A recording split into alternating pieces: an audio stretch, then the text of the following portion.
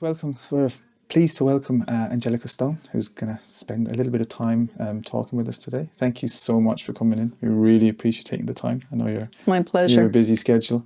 Angelica, I'd like you to tell us a little bit about what you do and how you got there, your journey.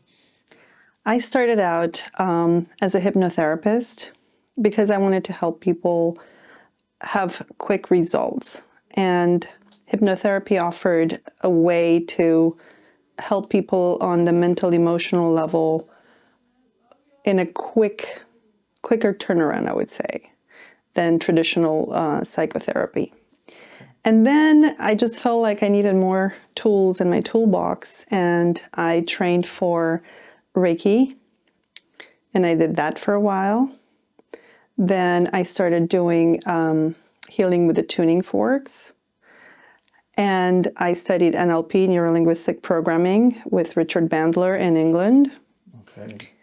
And that same year, I had a trauma, and the trauma triggered a very interesting immune response. And the way that manifested is I had hives all over my body for 2 whole years, anywhere from mild to severe.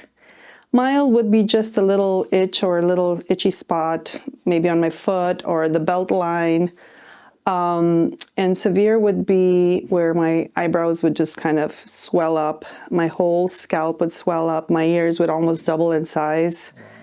And I would end up in the hospital in the emergency room, and I would be put on a cocktail of steroids. And I don't know if you know anything about steroids or how they make you feel. It's a horrible feeling. You feel like you're floating, you're not functioning. And to go through that, I didn't see myself living that kind of a life. And I was depressed and very, not very happy, and just trying to figure out how to heal myself. And myself being a healer, I tried many different techniques. And then one day, I broke out completely from head to toe, and Mary Helen decided to, actually she told me about somebody who does bioenergetic testing, this thing, where you get scanned and it looks at teeth, it looks at vertebra, and I said, why not? I had nothing to lose, and I really didn't try everything. So I wanted to try anything that might help. And of course I was very skeptical, but I was willing to try it because I wanted to heal more than anything.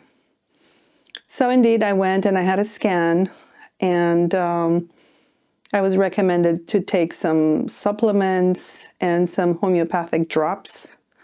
And I thought, that's it? That's all it's going to take? Okay, sure, I can do that. Anyway, so the next day I started taking the drops, and I started checking my body, which, like I said, it was a daily occurrence. And the first day, nothing. The second day, nothing. The first week, nothing. I was completely shocked that something like that would do it, right? And I started digging into the technology and looking at what it can do. So basically, this technology is bioresonance or bioenergetic testing. It's been around since the 50s. I know it sounds like a new thing, but it's not.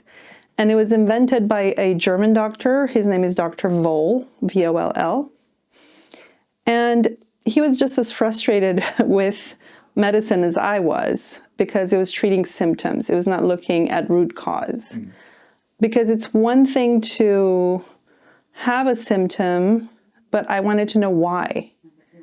And so nobody was able to tell me why. Where is it coming from? And so he invented this technology to take a look at root cause. And I started digging deeper and deeper, and I was fascinated with what I was seeing, to the point where I decided to invest, to buy the technology and start, working with people. So what it is, it's not a diagnostic tool. It looks at energetic imbalances, and it scans the body through the meridians, the Chinese meridians, and it looks at blockages. So it looks at where something is blocked, but it gets very specific because everything is vibration and everything is frequency, right? So it looks at what's out of balance that needs to be put into balance, Okay. right? So like attracts like, right? Fight fire with fire. So basically it puts in the balancing frequencies into a holding tank. And then basically we take those frequencies and put them into homeopathic base. And it reminds the body to vibrate at the proper frequencies. So the way I want you to think about it is like you have a CD, a blank CD, and you're burning songs, Okay. right? Yeah. So it takes it from there and puts it into the CD and basically the same way. It takes the frequencies that the body's asking for to balance into the homeopathic base drops. And it's reminding the body, hey, we need to vibrate at this frequency, not at that frequency. Okay. And it encourages the body to release toxins, to drain them out, and however the body needs support is there to support it on an energetic level. Now, if there's a need for supplements or whatnot, then, those can be recommended. But again, it's how it resonates with each and every person. So when they come in and get their consultation and they get their homeopathic remedies, when that's gone, when they've used that up, do they come back again, or does that sort of reset the body, what you've given them? Okay, so I want you to think about the body as an onion. And this onion has like 15 layers, let's say. And when this scan happens, the body decides on how much the body can handle to detoxify and to balance, right? So it picks out a certain amount of layers, depending on where the person is in their healing. Okay. And so generally speaking, it takes about 90 days for the body to detoxify. And it's always highly recommended for the client to come in and have the first scan, see how they feel, have the second and the third. And then once you have the third scan, depending if somebody has a chronic, condition, it's probably going to need much more than that. But if it's someone who's just looking to balance out and start, detoxifying and just kind of clearing the body, probably 3 will do. And then as needed, every 6 months, every year, it all depends.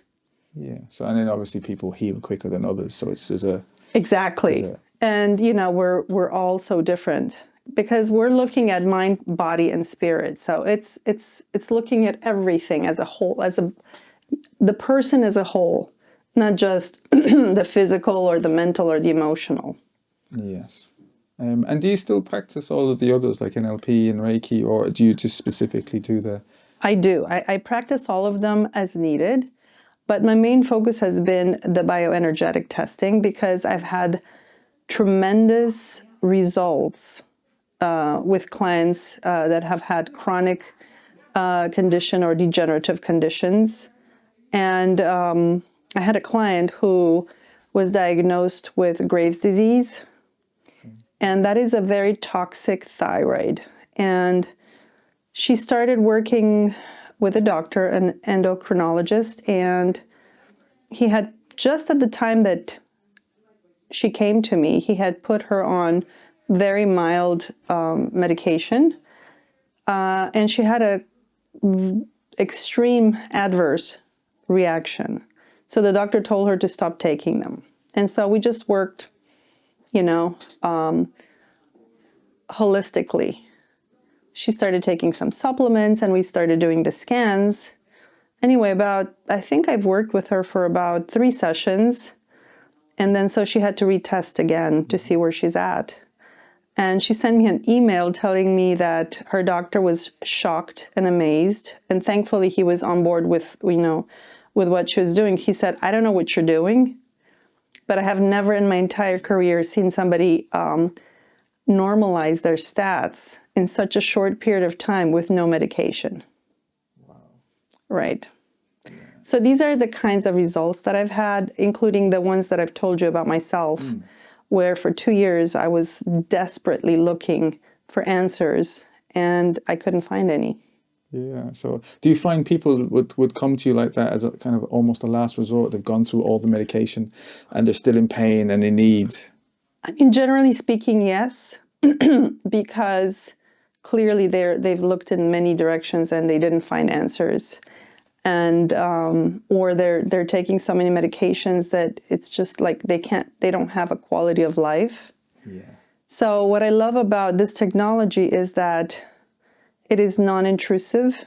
It's very mild, and I mean, I can scan children, I can scan pets, I can scan, pretty much anybody. Yeah. And I suppose in the world that we live in now, especially living in the States where everybody has or is supposed to have their insurance for medical insurance. Yeah. So obviously the first thing you're going to do is go the medical route because that's what you're insured Absolutely. for. And I'm assuming that most of your therapists and most of them therapists are not included on the medical and a lot of medical No, the insurance. type of therapy that I do is, of course, not included because it's not considered, real.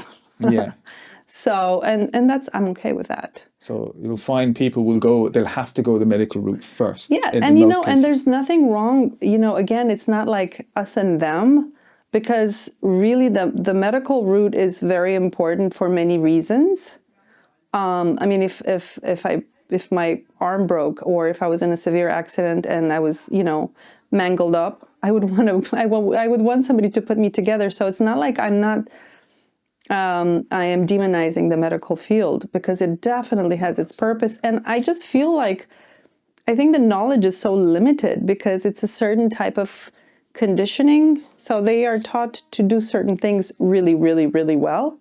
And there's so much that the medicine doesn't, they don't know in the medical field. And many doctors will say, I don't know why this is happening. So it's not because, they don't want to help. I just think that the information they have is limited. And what I love about the type of work that I do is it just kind of picks up the in-betweens, The little small bits there. Yeah. Yeah, and it's just frustrating how we can't work. We know we can work side by side, Absolutely. but the bigger picture doesn't or won't allow it, for a lot of reasons. Again, it's everybody has their own path, and for some people, the medical way it works, and for some people it doesn't. It's all a matter of what is it that you choose for yourself. So, like I said, I'm not demonizing anybody. No, absolutely not. No, I had my daughter. It was like shortly after COVID, and she was, she kept on having fevers, and she went to the ER, and they did all the COVID tests and all whatever they thought it was happening, and they put her on some antibiotics and sent her home, and then it continued. So she had a fever for 10 days. And she went to the ER 3 times, and on the third time, one of the doctors detected that she actually had tonsillitis. And the only way for that to be treated at that particular time was with penicillin. And so they kept on giving her the wrong antibiotics because they didn't know, right? So only one doctor after 3 times was able to diagnose her with tonsillitis. So that's what I'm saying. It's people don't know. It's not that they don't want to help or, but the information is limited. So unless you're like probably some seasoned doctor, clearly he knew what he was doing. yes. And do you find that there's a lot more sort of therapists like yourself springing up, or people are getting more into this, or? I see energy being the medicine of the future. And I think even mainstream medicine is starting to incorporate more. I think it's less invasive. I think it is tangible. It's more accepted. Absolutely, yeah. And you can kind of see it along with how we deal with mental health now. It's a lot about meditation and yoga and sort of all of that. Absolutely. So they're kind of hitting on it, but they're just leaving it mainly. They just cause it, say, for anxiety and stress. That's what we use. But we are proving that we can use that for everything. Absolutely. I mean, I remember maybe 30 years ago, if you mentioned the word yoga, it'd be like you were woo-woo. It was something very like weird and out there, right? Yeah. So now it's everybody goes to yoga. And even here, especially the church doesn't like yoga or Reiki because they think it's opening up a portal to another world. So a lot of the older people who are into it will not. It's changing now, and everyone does it. Of But course. there was still that stigma that yoga and Reiki is bringing in the devil and bringing in stuff. So I think that, more and more with the new generations coming and understanding energy and frequency and how it works, I think that we're going to have more and more open-mindedness. I'm not speaking for everybody, but I would say the great majority, especially, like I said, the younger generation. yeah. Actually, just talking of energy, I was watching a YouTube this morning from the States where they were talking about UFOs, and they found these crafts that came in, and they were trying to explain to them, well, could a human be in it? And they were saying basically there's no way a human could be in it. So what they were saying is, well, is this craft organic? And it just sort of resonates with organic and energies and all of these energy forms that we're starting to see, whether it's outworldly or whatever, that we're seeing it on a huge scale now.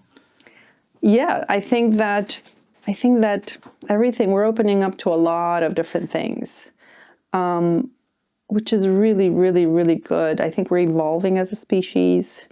I think we're accepting more. I think we're accepting that we are more, right? Yeah. I mean, when I grew up, the concept of you being able to heal yourself, because essentially that's what it is. No one heals you. You heal you. But like people like myself and others who are doing the energetic type of work, they're facilitators. I think I'm a coach, if anything. Yeah. I'm just here to connect the dots for somebody, right? For somebody who doesn't understand, what's happening, or, how to deal with this, where to take it from. Because it can be overwhelming, especially if you have some serious diagnosis, So I think I'm just a dot connector, really. That's a good way of putting it. Yeah. Because now we accept more that we have that power within ourselves. Because you're the only one no doctor or no healer can heal you. You heal you. And I think that my purpose here is to really teach empowerment, to shift, the power back to the self versus, oh, well, somebody has power over me. A doctor is going to determine what, or a healer is going to determine. No, I mean, I think that there are some things that you need to clean up in your life in order to heal yourself. And basically that's what I do. I kind of guide people. And yeah. And just giving that more awareness. Right, because it feels so good to know that you have that power. For some people it's scary because they don't want that responsibility. But bottom line, you got yourself there and you can get yourself out of there. Yeah. And I Right. think in today's world as well, we see quite a lot where people don't want to put the effort in. They want you to heal them. Like, I'm sick, I'll come to you. Sure, but you know what? I don't take on any of that because it is not my job to heal anybody. It's my job to be of service, and it's my job to coach somebody how to do that.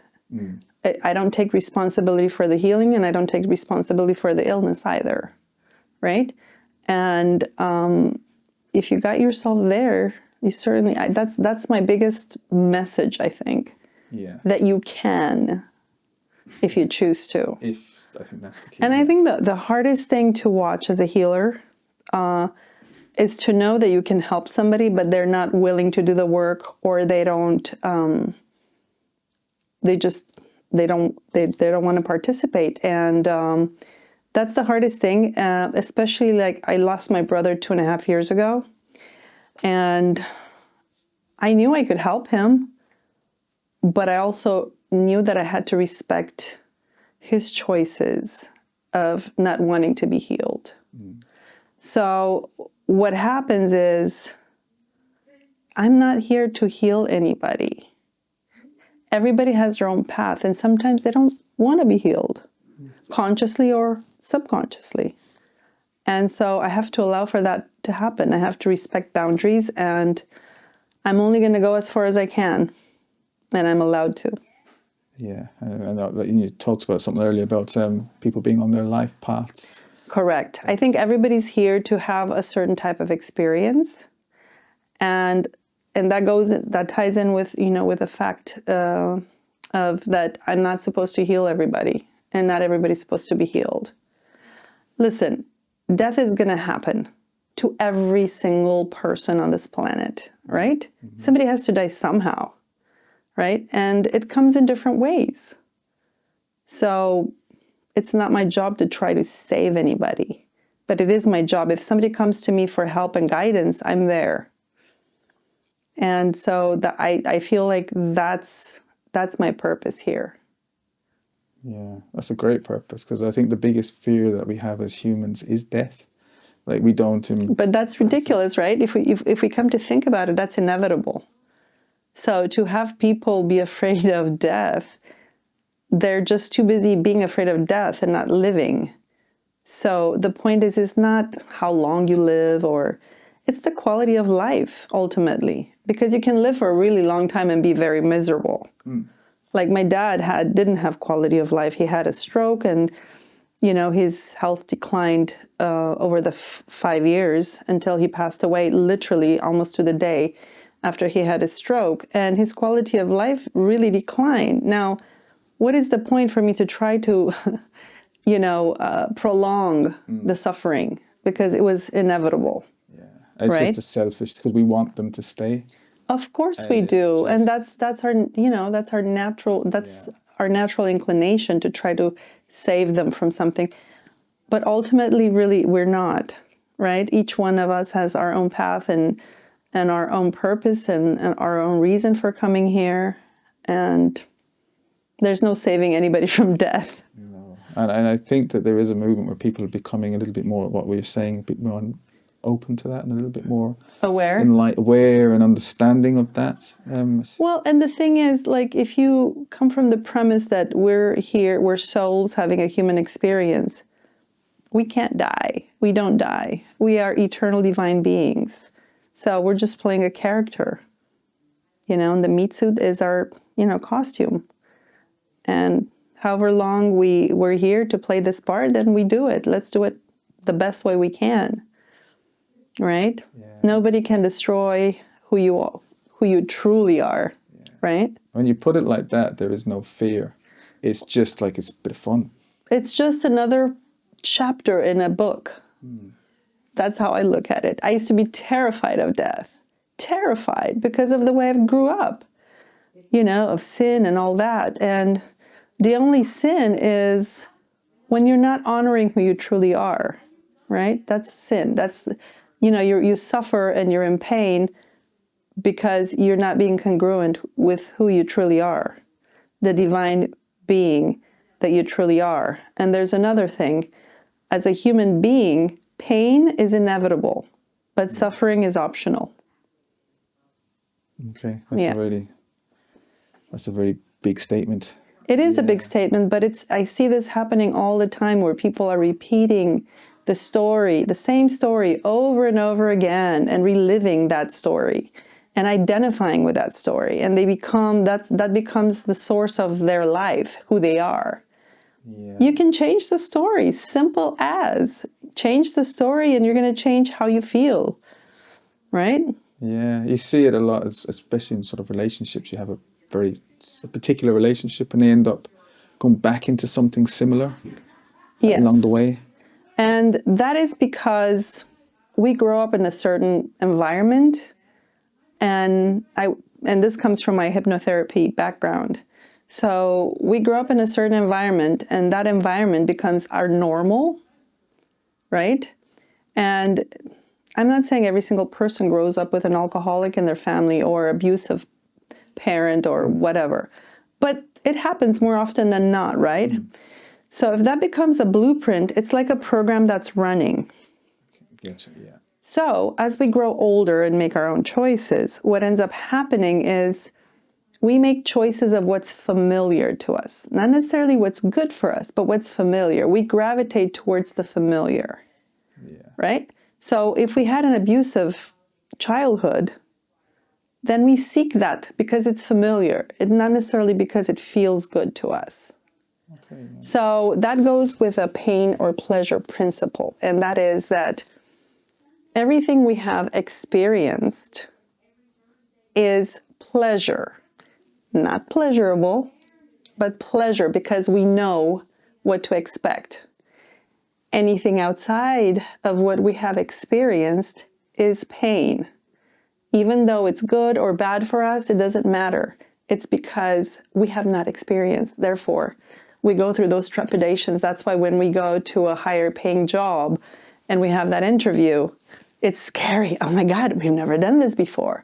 So think of that as a thermostat.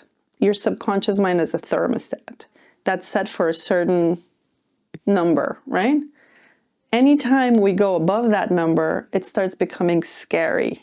So we get nervous because our, inner voice or subconscious mind says, we've never done this before, right? Yeah. So it becomes scary. Yeah. A bit like going on a roller coaster. Exactly. Just going to give you a fair warning that that's 25 minutes there, but are you okay to keep going? It's time. I'm going to run. Jeez, I'm late. Okay. They'll be waiting at the altar for me. Yeah. Quick, present your tag team now. So that was brilliant.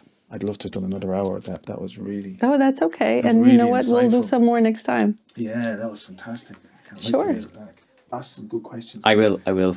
Angelica, I'd love to talk a little bit more about your past, if that's okay. Sure, Yeah, absolutely. brilliant.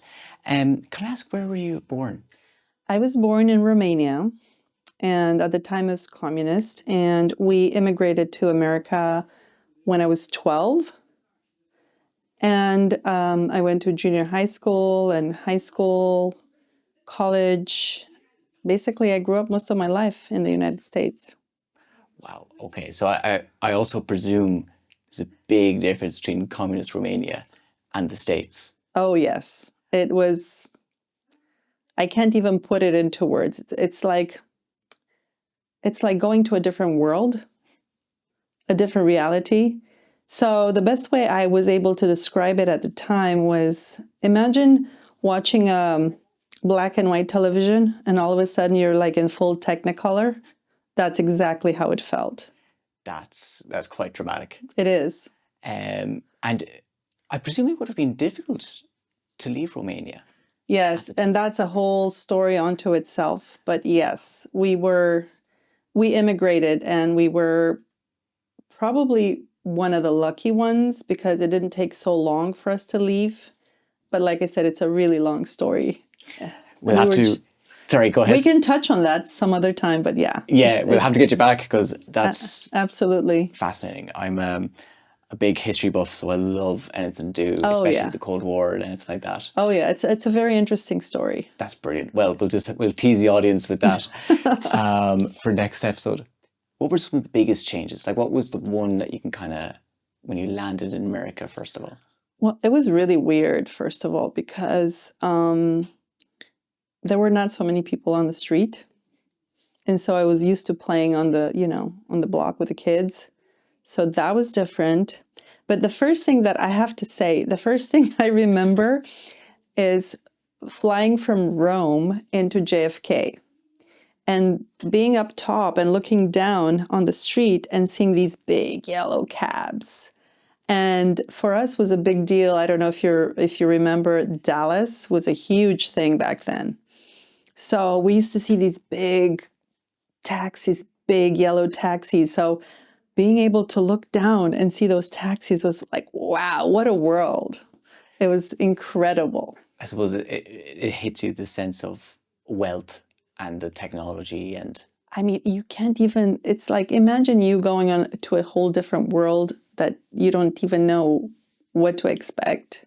Everything is like super bright and super big and everybody's free to say whatever. And we were raised in fear, not to express ourselves and not to say where we have this from.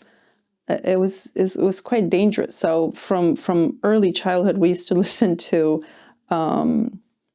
there were 2 radio stations that were illegal and one was Voice of America and Free Europe. So we would listen to stories of people burning themselves in front of the Romanian embassy because they were so frustrated. They had waited for 10, 15 years, even 20 years to reunite with their families. So it was quite extreme, and things just progressively got worse. Yeah. Have you been back to Romania since? I do. I go regularly. When my dad was alive, my mom and dad used to go together for 6 months, and they would spend some time there, half of the time in America and half of the time there, because they really wanted to be around their own language and their own culture and whatnot. Yes. And it's much, much different. It is much different. It's 360, really. And so now the new generation that is growing up, they have no clue of what that meant. Having to stand in lines at 5 o'clock in the morning with a rationing card and get, a liter of milk, or, imagine a family of 5, which we were, given half a liter of oil, like a kilo of sugar, a kilo of flour per month. So it was tough walking into a grocery store and all you could find was vinegar. I know it's hard to imagine, but that's really the truth of where I grew up. Yeah.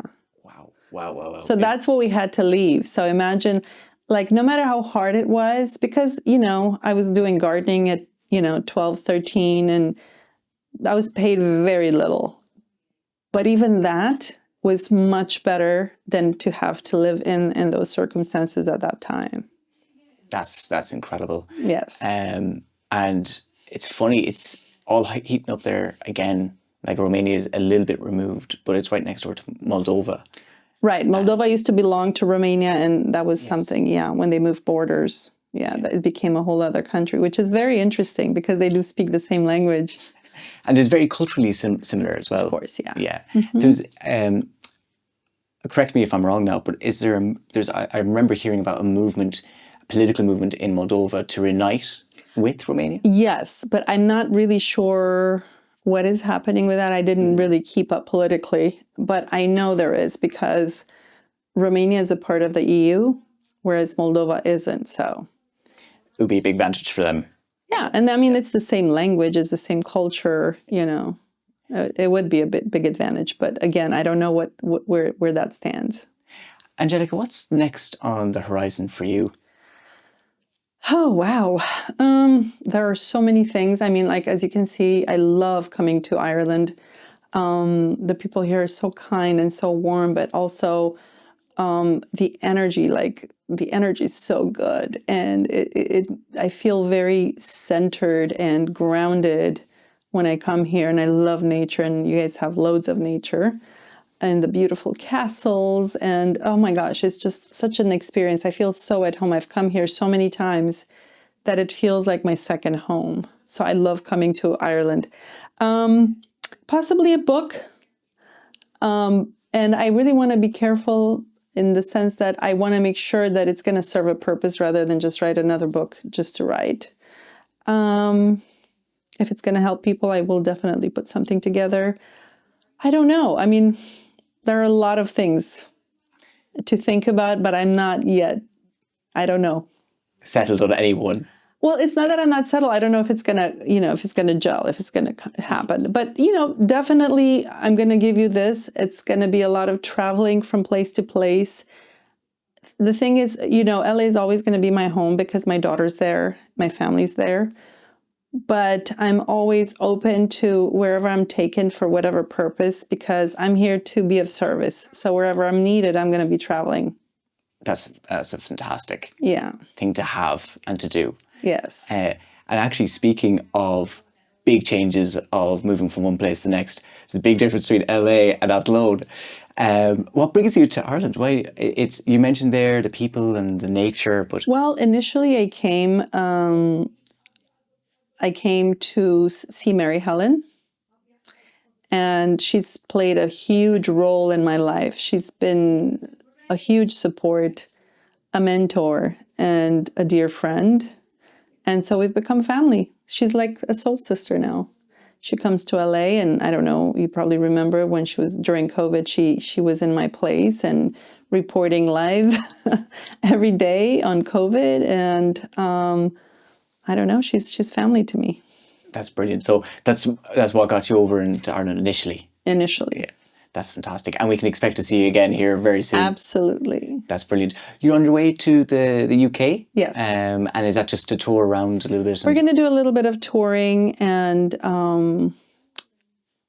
Mary Helen's daughter's graduating from performing arts school. So she's like my adoptive daughter, and I can't miss this big moment in her life. And yes, and then I'm looking forward. I've been to England before, and I did my NLP there, but I didn't really get a chance to, to travel too much around. So I'm looking forward to having the girls show me around.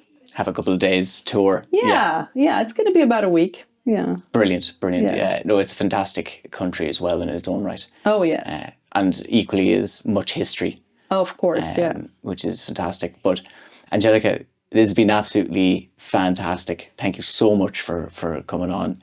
And we'll have to get you back. Thank you so much for having me, and it would be a pleasure to come back. That's great. Thank you very much. Thank you.